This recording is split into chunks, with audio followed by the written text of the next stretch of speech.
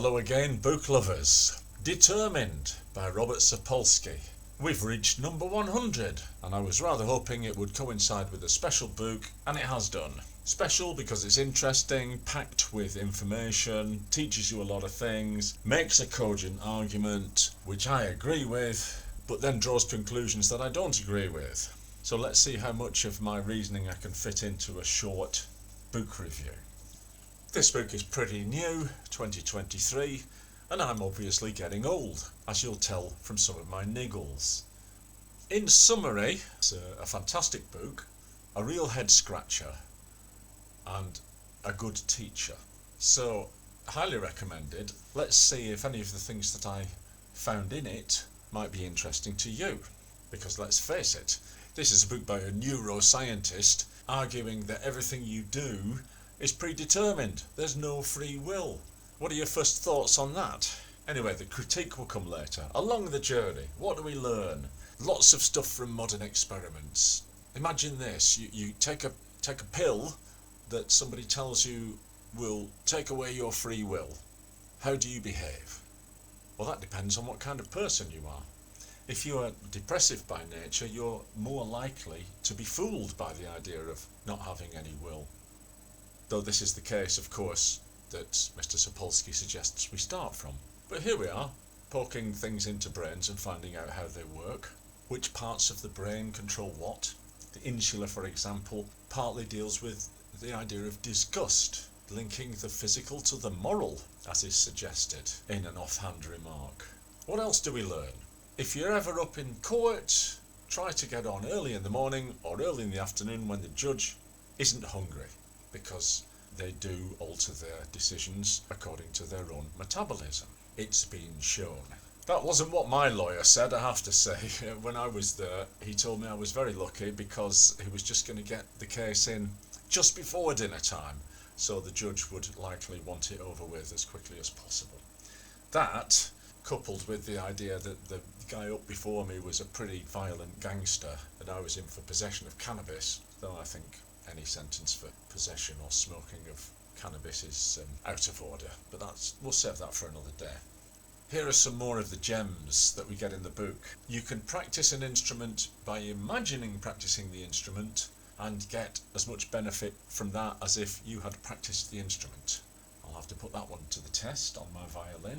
People from rice societies walk around chairs. For example, in a coffee shop, there's a chair in your way, you want it out of the way. Rice people walk around. Wheat people remove the chair. This probably doesn't correlate 100%, but it's pretty interesting. Try this one out. Desert people go for monotheism. Jungle people go for polytheism. Again, nice, broad, sweeping, and dying to be checked out. I should mention the writing style. It's very engaging. At one point, referring to chaos theory, he asks us to imagine butterflying to Versailles. This is part of his argument about emergent properties, a theory which he subjects to several withering put-downs. Be the palace of bricks that you wish to be, he imagines, asking the constituent parts of the palace. We get an interesting and sarcastic rundown of the influence, in fact the conquest of Freud in psychology in its early days. We find out that Typhoid Mary was real. We get her story. We hear about the hanging of Mr. Thompson in Owensboro and the changing attitudes to public, corporal and capital punishment. We learn why, and there is a reason, the Americans sterilised the needles when giving lethal injections.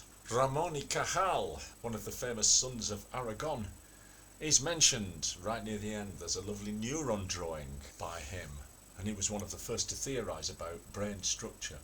By the way, here's a tip. There's a primer, the clue's in the name, at the end of the book on brain chemistry, what a neuron is, what an axon is, how they operate, etc., which I read at the end, because it was at the end. Don't do that, read it first. It'll set you up better. Having described how a neuron works, he explains how two neurons work together, how three neurons or more work together. We find out that each neuron, though it has normally one axon, can have a lot of dendrites. and can form 10,000 to 50,000 synaptic connections, depending on the type of neuron. And all this is happening 12 times per second. To give an idea of the complexity, we discovered that psilocybin is structurally similar to serotonin, that Prozac is an SSRI, and I finally understand what those letters mean. How a poison dart tipped with curare will kill you. What's the difference between sharp pain and throbbing pain? That's explained. At one point, I picked the book up, thinking I had maybe 200 pages left, flicked through to find there's about 100 pages of notes, and realising that I'd only got 100 pages left, thought to myself, oh no, what am I going to do when I finish reading? I suppose that's the best thing I'm going to say about this book. It was one that I didn't want to finish, and I'll definitely be reading some more from Mr. Sapolsky. Right, are we ready? Here are my criticisms, and I'll probably go into this deeper in my philosophy channel, Mud Wrestling with Pigs, at a later date, as it's one of those things that exercises my brain. And as I said at the start, I can't see any reason why we're not, as it were, programmed by the collisions of atoms right from the start. That's the theory of Laplace's demon. You show me how things are now, I'll tell you exactly how they're going to be in 1,000,000 years from now. If I could know every neuron, every dendrite, every synapse, every atom, etc. Which of course we can't. That's my position. I agree with Sapolsky, but it's as if I didn't. Principally because I can't see the future, and I'm a human. Of course we can look back on the past and talk about causes and effects and be more or less clever about how we address the future. That's how we progress as human animals. But let me give some examples to show that I'm certainly not the uber-liberal that Mr. Sapolsky is, or thinks he is, he added cryptically. Let's take the case of epilepsy, for example. Mr. Sapolsky asks if, for example, an epileptic is involved in a crash and hasn't taken their recommended drugs. Mr. Sapolsky's question is, why didn't they take their drugs? And what are the reasons for this? My question is, why were they allowed to drive? I know an epileptic chap in England, he's never been allowed to drive. And while on the point of neurodivergence, we get a little footnote telling us that Greta Thunberg was probably benefited from her neurodivergence. This is immediately followed in the text by the dead white male trope, which I find irritating. There are times when our author drops his guard, talking guardedly, I will admit, about neurons wanting to spread their dendritic branches as efficiently as possible. I put wanting in quotes there. This sounds very much like a Nietzschean idea of Will zur Macht. It's almost Nietzsche combined with B.F. Skinner, if you want to look at it that way.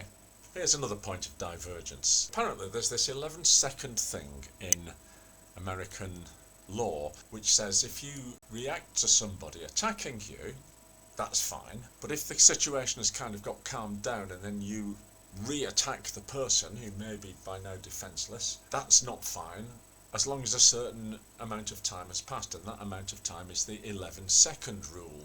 And Sapolsky explains how he's told juries about this. I mean, just because you didn't react in the 11 seconds doesn't mean that you didn't have a terrible childhood, that you have some other kind of brain anomaly, etc., etc. Then he expresses surprise that the jury's not really listening to his advice. And I'm afraid, Mr. Sapolsky, I'm with the jury here.